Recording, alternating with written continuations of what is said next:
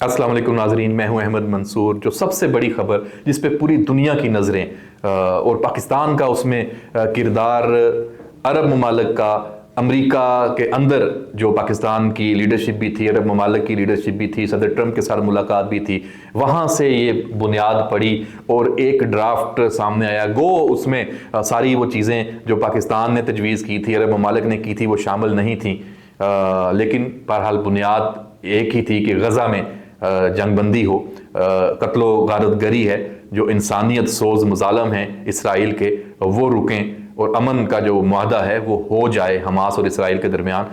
होना दोनों फ्रीकैन के दरमियान था। उसके बाद फिर ये कोशिशें शर्म शेख जो मुज़ाकरात हुए और ये पहला मरहला इस पर मुतफिक हुए। ये बड़ी खबर आखिरकार आ गई।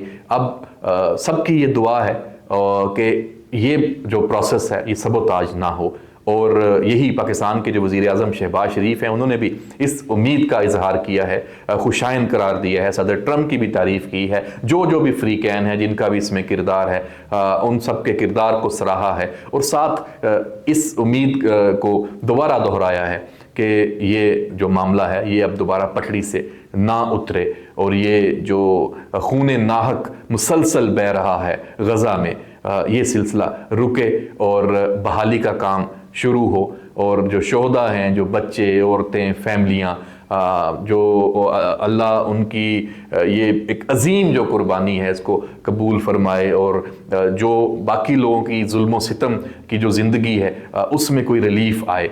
ये बहुत अहम ये डेवलपमेंट है। पूरी दुनिया का, मशरक़ वुस्ता का जो अमन भी इसके साथ जुड़ा हुआ है। ये जो पहला मरहला है इसराइल और हमास अमन मुआहदे का, इस पर जो अमल दरामद पर सब मुतफिक हुए हैं। इसमें देखा होगा कि 20 जो इसराइली यरगमालियों की रिहाई हमास ने करनी है, और उसके जवाब में 2000 फ़लस्तीनी हैं वो इसराइल ने जो कैदी हैं वो छोड़ने हैं।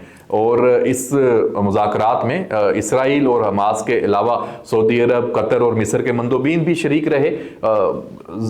डेफिनेटली दोनों जानिब कोई ना कोई ऐसे गारंटर होने थे जिन्होंने फ्रीकैन की जिम्मेदारी लेनी थी।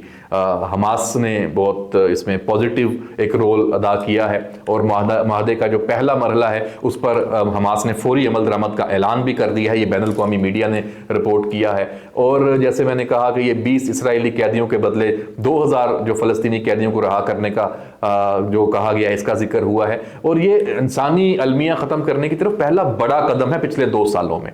अभी तक ये हो नहीं पाया था, और इस माहदे में फौरी तौर पर जो अमल दरामद करने वाले नुकात हैं उसमें गज़ा में फौरी अमदाद की बहाली है, जो अमदादी काफ़िले हैं, अमदाद की जो रसाई है वो अब एक मैकेनिज़्म के तहत वहाँ पे होगी। जो इसराइली फोर्सेस का इनखला है और कैदियों का तबादला है वो भी इस जो अमन मुआहदे है, ये जंग बंदी है, इसके जो शुरू के जो नुकात हैं उसमें ये शामिल है।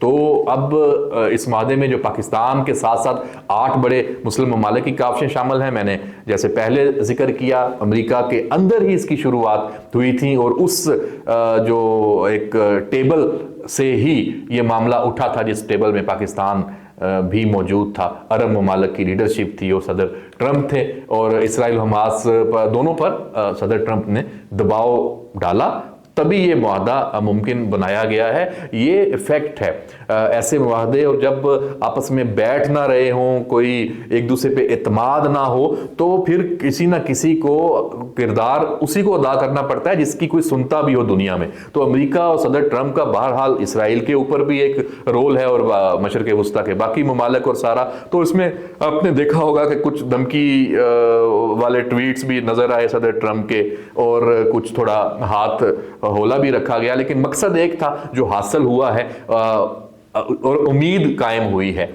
ये गज़ा जंग बंदी का जो मुआहदा है, ये इसको आप मसला फ़लस्तीन के हतमी हल के लिए एक अहम संग मील भी करार दे सकते हैं, क्योंकि जो 2 रियासती हल है वो इस एक तवील जो तनाज़ा है इस पूरे रीजन का, खित्ते का आलमी तनाज़ा है, वो उसका वाहिद हल है। तो उस जानिब अब सब बढ़ सकते हैं। तो इसमें यकीनन अरब ममालिक, इसमें इसराइल, इसमें अमेरिका, इसमें पाकिस्तान, इसमें दीगर मुस्लिम ममालिक, सबका इसमें अब किरदार होगा। इसको अब आगे लेके चलना है, اور پاکستان اور سعودی عرب کے درمیان جو آپس میں جو ایک ایگریمنٹ بھی ہوا ہے وہ بھی اس کی بنیاد ہے. اس میں پاکستان یقینی طور پہ اپنا کردار جو دنیا پاکستان کے ذمے لگائے گی، پاکستان کی لیڈرشپ اس میں تیار ہے.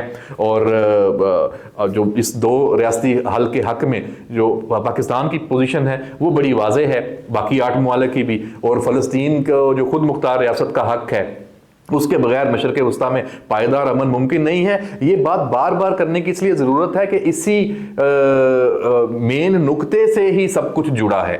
تو 2 ریاستی حل اور فلسطین کی جو خود مختاری ہے اور فلسطین کے جو عوام ہیں ان کو جو حق ہے، ان کی زمین پہ جو ان کا حق ہے اس کو تسلیم کرنا، اس کے سوا چارہ نہیں ہے. امن نہیں آ سکتا.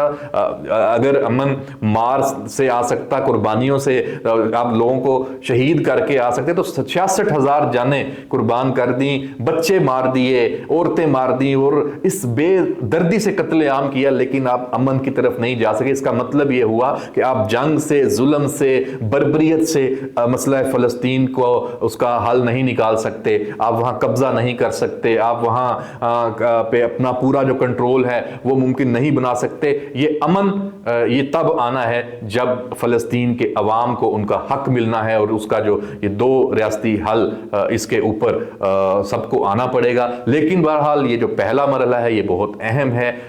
اس پہ پوری دنیا کے جو لوگ ہیں، خاص طور پہ مسلم امہ اور فلسطین کے جو عوام، غزہ کے عوام، ان سب کو مبارکباد. ہماری دعا ہے کہ یہ عمل کسی بھی صورت اس کو سبوتاج ہونے نہ دیا جائے، اور تمام جو ممالک ہیں اس میں اپنا کردار ادا کریں. اور اگر کوئی اس میں ایسی کوئی کوشش یا سازش بھی کرتا ہے تو سب مل کے اس سازش کو ناکام بنائیں. اجازت دیجیے. اللہ حافظ.